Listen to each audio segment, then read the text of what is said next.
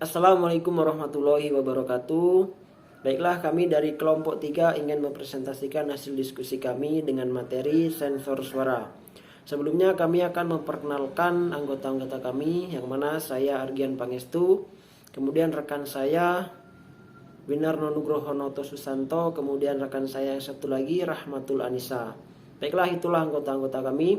Kemudian kita langsung saja masuk ke dalam materi, yang mana materi yang pertama akan dibacakan oleh saudara Winarno Nugroho Noto Susanto. Kemudian yang kedua akan dibacakan oleh saudari Rahmatul Anissa. Dan yang terakhir akan dibacakan oleh saya sendiri, Argian Pangestu.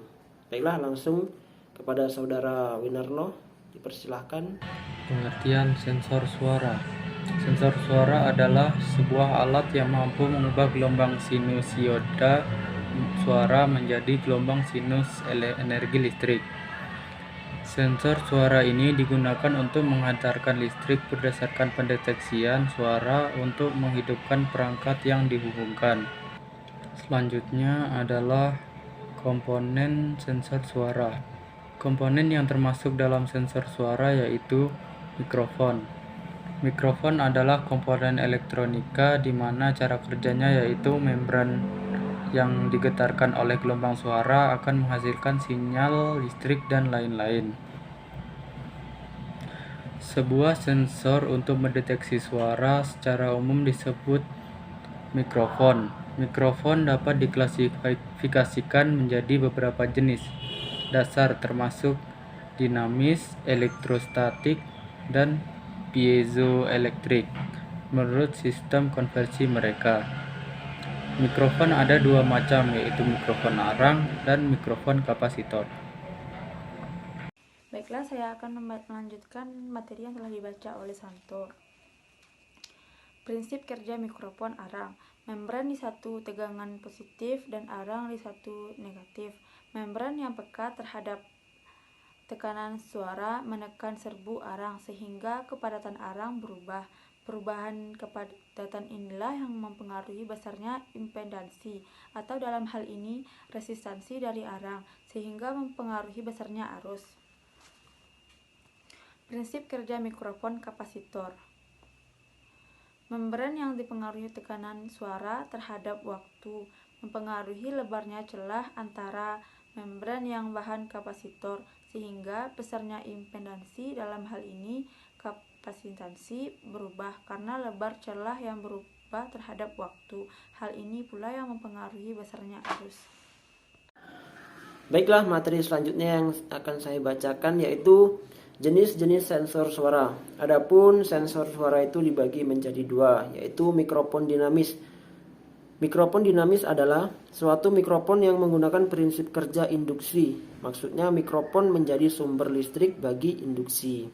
Adapun prinsip kerjanya yaitu getaran suara yang masuk menggerakkan membran, getaran membran menggerakkan moving coil, kemudian getaran moving coil yang berada dalam membran magnet akan menyebabkan timbulnya aliran listrik.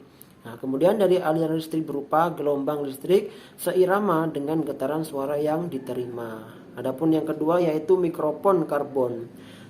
Mikrofon karbon adalah mikrofon yang menggunakan prinsip kerja tahanan atau resistansi yang berubah-ubah, biasanya adalah resistor arang.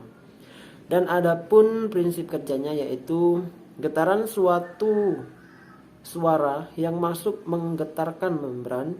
Getaran membran ini menyebabkan kerenggangan dan kerapatan arang berubah-ubah. Hal ini menyebabkan bervariasinya nilai resistansi arus listrik yang melewati kumparan primer. Kemudian arus listrik pada kumparan primer akan terinduksi pada gulungan sekunder dan besar kecilnya arus ini tergantung dari getaran membran yang disebabkan oleh getaran suara yang diterima.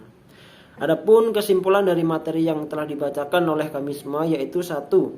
Sensor suara adalah sebuah alat yang mampu mengubah gelombang sinusoida menjadi gelombang sinus energi listrik, alternating sinusoida electric current.